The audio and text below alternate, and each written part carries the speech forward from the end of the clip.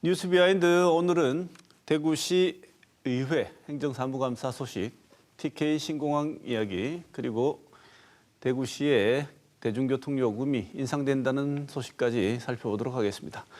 먼저 조정훈 오마이뉴스 기자 나와 있습니다. 어서 오십시오. 안녕하십니까. 대구 MBC 이태우 기자 함께했습니다. 어서 오십시오. 안녕하십니까. 자, 먼저 대구시의회 행정사무감사 소식 한번 살펴보겠습니다. 대구시를 상대로 한 행정사무감사 소식인데요. 이번에는 신청사 건립 두고 대구시가 연일 비판을 받고 있다는 소식입니다. 조종 기자. 네. 이 얘기는 여러 가지 이제 전에 다른 얘기들이 함께 있었는데요. 이번에는 공유재산 팔아서 그 돈으로 새 청사 짓는다는 계획에 대한 얘기인데요. 이게 어느 것을 팔지를 결정하는 과정을 두고 졸속 행정이다 이런 비판이 많다고 하는데 어떤가요?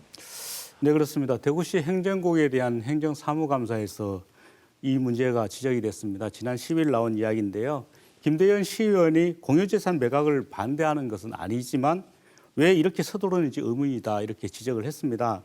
대구시 중구에 있는 동인청사의 용도를 폐지를 하게 되면 더 이상 사용을 할 수 없게 되는데요. 매각 대상 공유재산에 포함이 돼 있거든요. 그렇기 때문에 왜 포함이 돼 있는지를 따졌습니다. 시청사를 새로 짓게 된다면 동인청사는 2030년 이후에야 매각이 가능합니다. 그렇기 때문에 매각 대상 5개 공유재산 목록에 들어가 있는 게 문제다 이런 지적인데요. 대구시는 실제로 지난 2013년도에 법제처에 관련 질의를 한 적이 있습니다. 법제처에 질의를 했을 때 청사는 행정재산 용도를 폐기하면 시청사를 쓸 수 없다 이런 답변을 받았는데요. 그렇지만 대구시 답변은 이렇습니다. 이재용 대구시 행정국장은 법제처에 새로운 법령 해석을 하겠다 이렇게 얘기를 하고 있고요. 또 용도 폐지를 하게 되면 사용을 할 수 없기 때문에 당장 매각을 할 계획은 없다 이렇게 해명을 했습니다. 그러면서 매각 시점을 못 박은 것은 아니다. 내년 5월부터 매각이 가능하도록 지금 준비를 하고 있다는 의미다 이렇게 해명을 한 겁니다. 네. 당초 대구시는 돈이 없어서 지금 당장 그 신청사를 옮기지 못한다고 얘기해 왔지 않습니까? 그런데 갑자기 공유재산을 매각해서 청사를 옮기겠다고 이렇게 얘기를 하고 있는데요. 이태우 기자, 이 과정에서 절차적 문제가 좀 제기가 됐다지요? 네, 김대현 의원은 이유와 절차를 시민들과 공유하고 또 설명하는 과정이 빠졌다고 지적했습니다. 어쨌든 대구시가 가진 공유재산 5개를 팔게 되는데 시민들에게 알리지도 않았고 묻지도 않았다는 겁니다. 한마디로 일방적이었다 그런 말입니다. 이재홍 대구시 행정국장은 그 공유재산 매각은 대구시가 내부적으로 계속 검토해온 내용이라면서 대구시가 가진 재산 가운데 100억 원이 넘는 것 가운데 그 도로와 하천, 공원 등을 제외하고 팔 수 있는 것을 고려해서 선택했다 이렇게 답변을 했습니다. 그렇다고 해서 당초에 시민들에게 묻지 않았다는 일방적인 행정이었다는 것은 변치 않은 것이죠. 네. 조정 기자, 이 비슷한 내용이긴 한데 대구시가 중소기업 제품 판매장을 매각하기로 했다죠. 이 과정에서 근데 저항이 좀 있다고 하는 것 같은데. 네, 그렇습니다. 대구시가 중소기업 제품 판매장을 중소기업 중앙회 대구본부에 맡겨서 내년 10월까지 운영할 계획이었는데요. 지금은 34개 업체가 입점을 해 있습니다. 그런데 대구본부는 대구시가 이곳을 매각 대상지로 선정을 하게 되니까 입점업체에 내년 2월까지만 입점 기간을 해달라라고 단축 요청을 했는데요. 이런 단축을 요청을 하자 입점업체들이 반발을 하게 됩니다. 그렇게 돼서 논란이 일자 일단은 그 입점 일자를 줄이는 것을 지금 중단한 상태입니다. 여기에 대해서 대구시 경제구 행정사무감사에서 박종필 의원이 입주업체로부터 많은 문자를 받았다 이렇게 소개를 했는데요. 이분들은 잠을 이루지 못하고 또 스트레스를 받아서 굉장히 힘들다고 한다 이렇게 얘기를 했습니다. 그러면서 대구시가 시민들의 눈물을 닦아주기는커녕 오히려 눈물을 흘리게 하고 있다 이렇게 비판을 했습니다. 네. 그래서 이번에 신청사 이전 관련해서 대구시가 건립 재정, 신청사 건립 재정 마련을 위한 여론조사를 실시하고 발표를 했는데 일부 시의원이 이태우 기자 이걸 보고 여론조사가 아니고 여론조작에 가깝다 이렇게 발언을 했다지요? 그렇습니다. 지난 9일에 열린 도시주택국 행정사무감사였는데요. 허시영 의원은 이게 여론조사가 아니고 여론조작에 가깝다고 이야기했습니다. 허 의원은 홍준표 대구시장이 결론을 정해놓고 유리한 여론을 형성하기 위해서 이런 여론조사를 한 것이 아닌가 하는 오해를 불러일으키고 있다면서 여론 조작용이라고 생각한다고 말했습니다. 한번 직접 들어보시죠. 이게 한번 1번부터 이렇게 쭉 이렇게 문항이 있는데 이거는 좀 시장님이 너무 본인의 어떤 이제 결론을 정해놓고 유리한 그 여론을 이제 형성하려고 하는 그런 이제 오해를 불러일으키게 너무 이게 설정이 많이 되었다. 여론 조작용이다. 난 그렇게 생각을 합니다.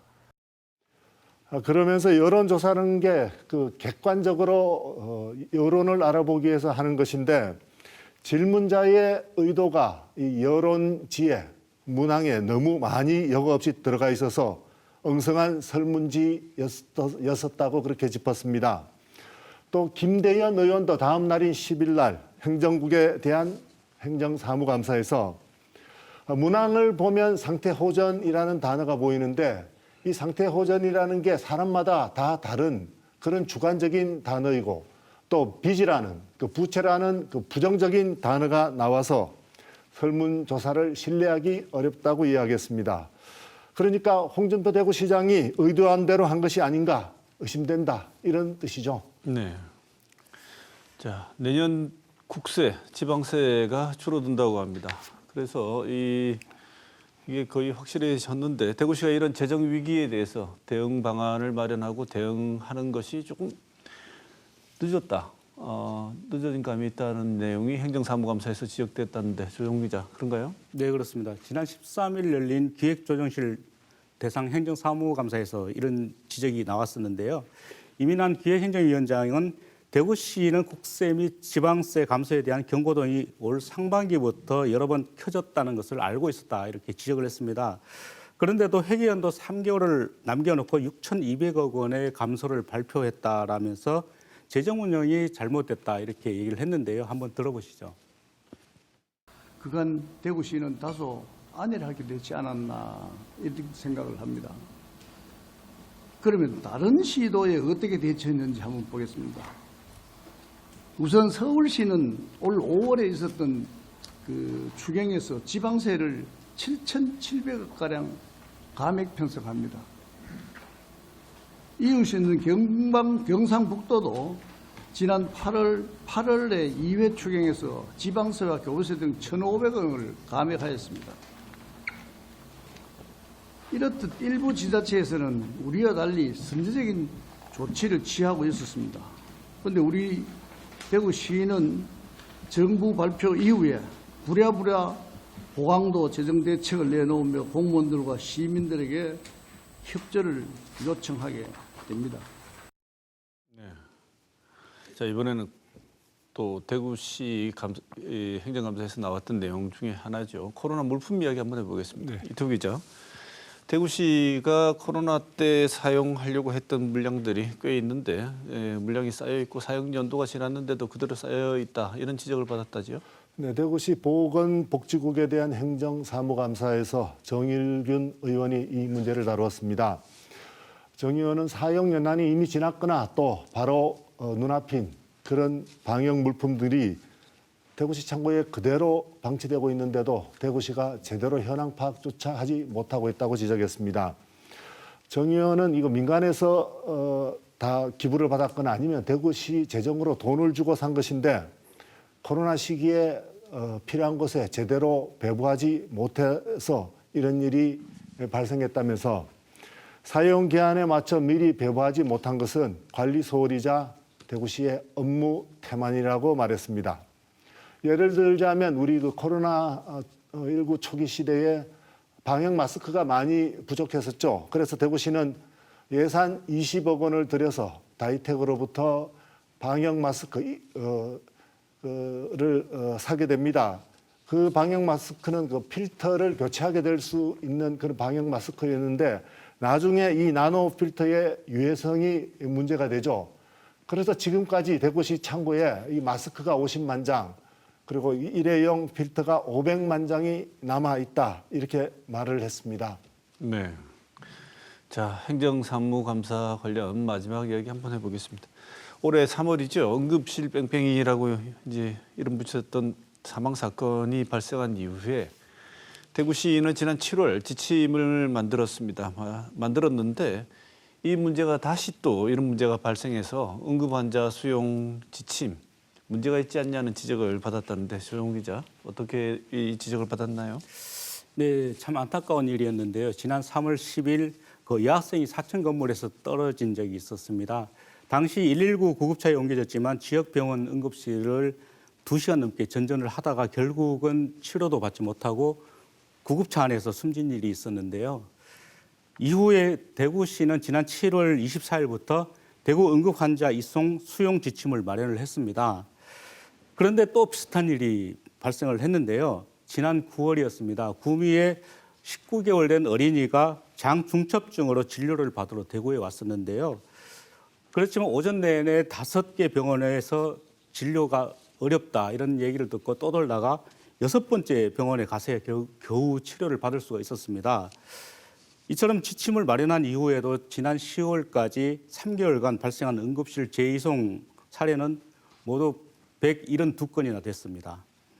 하중한 의원이 지난 14일 열린 행정사무감사에서 이 문제를 직접 제기를 했었는데요. 그렇지만 정의관 보건복지국장은 지침에 따라 움직였지만 병원의 사정에 따라 불가피하게 발생한 것 같다 이렇게 해명을 했습니다. 그러면서 각 병원에서 응급의료센터나 기관 현지 상황을 계속 파악하고 있다 이렇게 얘기를 했습니다. 네. 자, 행정사무감사 소식은 이 정도로 접어두고 자, 두 번째 주제로 넘어가 보겠습니다. 두 번째 주제 TK 신공항 이야기입니다. TK 신공항 화물터미널 어디에 둘 것인가를 두고 그동안 대구시, 경상북도 그리고 의성군이 마찰을 빚어봤는데 의견이 크게 갈리고 있었는데 이토 기자, 그래도 다행인 게 해결의 가닥이 잡혔군요. 네, 결론부터 말씀드리면 두 군데 모두 그러니까 군위와 의성 쪽 모두에 화물터미널을 두기로 했습니다. 이런 결론이 나오기 전까지 엄청난 갈등이 있었는데요. 이 갈등은 지난 8월 국토교통부가 내놓은 보고서 때문에 생긴 겁니다.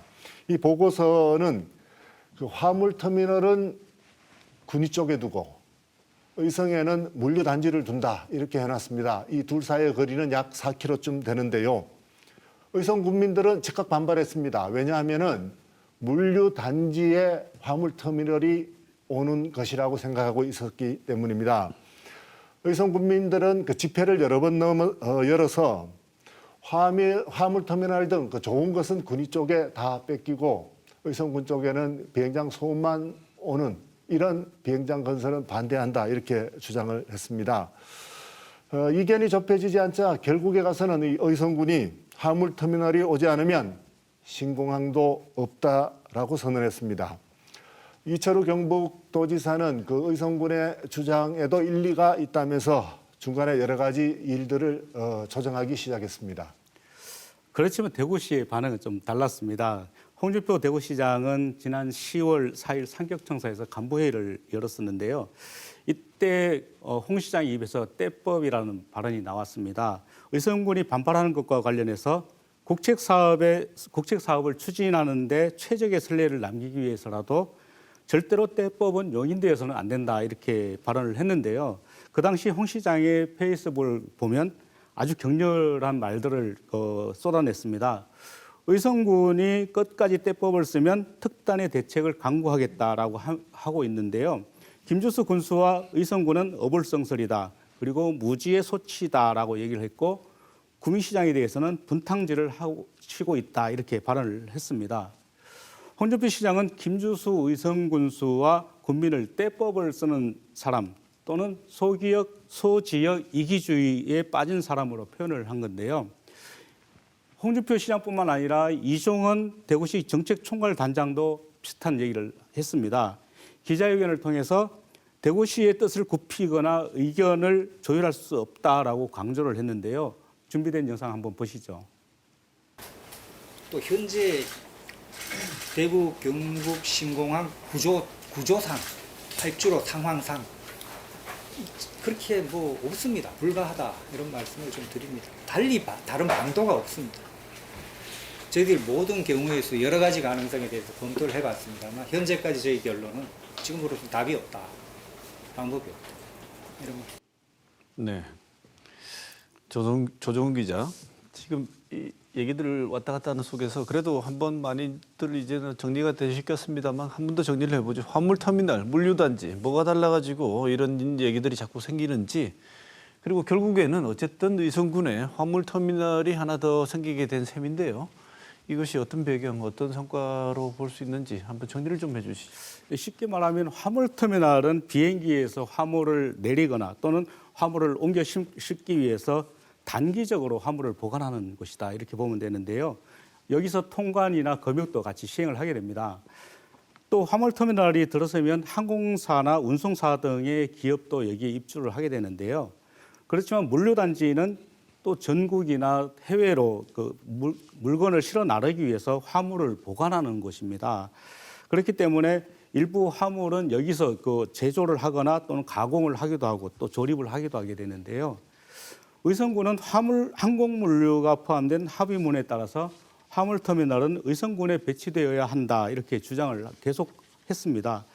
여기에 대해서 대구시는 합의문을 또 다르게 해석을 했는데요. 군위에 짓기로 한 민간공항 터미널은 여객터미널에 물류터미널을 포함을 하는 개념이다 이렇게 설명을 했습니다. 그러면서 관계법상으로도 여객과 화물터미널은 같은 공항시설에 해당한다는 게 대구시 생각입니다. 그 홍준표 대구시장은 조 기자가 방금 설명했듯이 그 견해차가 좁혀지지 않자 국책 사업에 최적의 선례를 남기기 위해서라도 절대로 때법을 용납하지 않겠다라며 그 의성군수가 이미 선언한 유치 포기서를 받아서 그리고 신속한 대안을 마련하겠다라고도 했습니다. 이런 혼란 가운데 그 경상북도와 의성군이 중앙정부와 협의를 통해서 해결책을 마련했는데요. 김서연 기자의 보도를 보시겠습니다.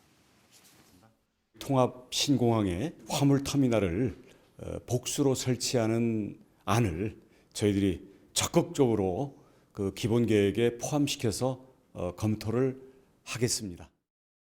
경상북도가 내놓은 방안은 군위뿐만 아니라 신공항 활주로 서쪽에 위치한 의성군 비안면에도 화물터미널을 추가로 설치하는 내용입니다. 다만 두 터미널의 역할은 서로 다릅니다. 군위에선 승객이 타는 여객기 화물칸의 물량을 처리하고 의성에는 화물기에 물류를 취급하는 화물기 전용 터미널이 들어서는 겁니다. 앞으로 미래로 봐서는 화물터미널이 2개 있어야 됩니다.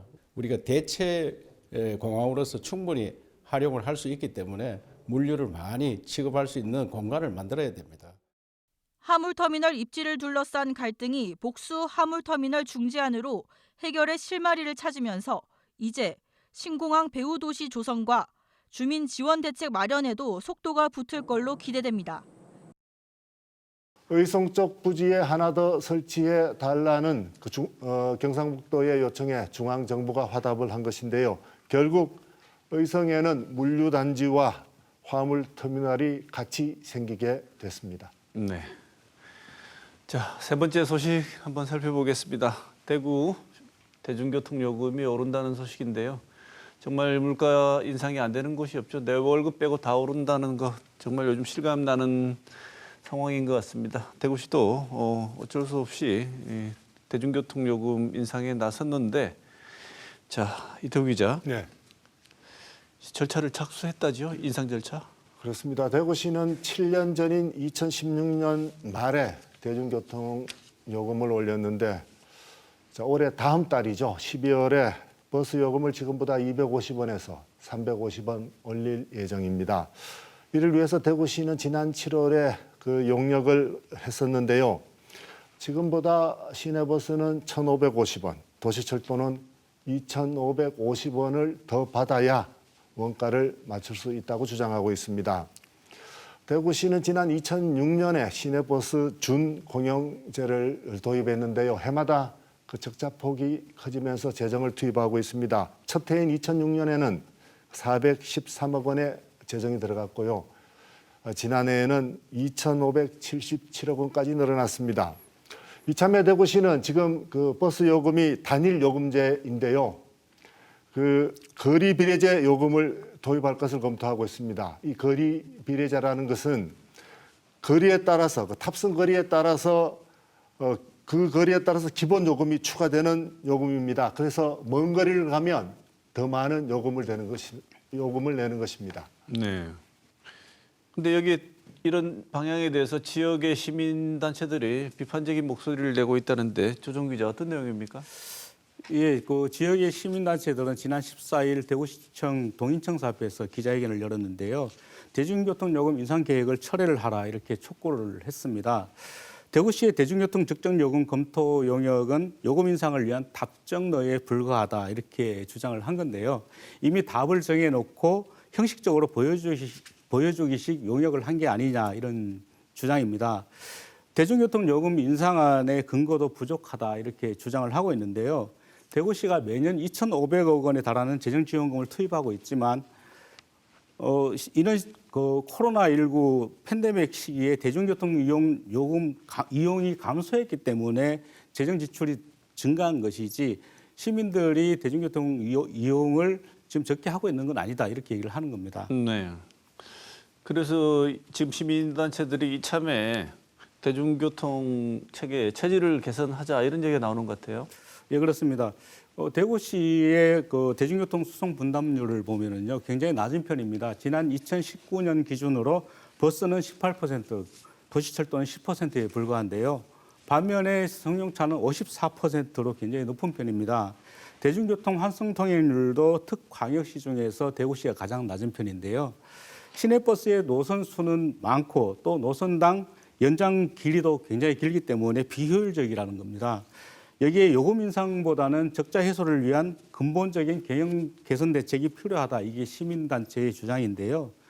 특히 승용차를 지나치게 많이 이용하는 편리한 교통 환경 때문에 그렇다. 이 때문에 대중교통 이용객의 증가가 지금 줄어들 수밖에 없다. 이렇게 얘기를 하고 있습니다.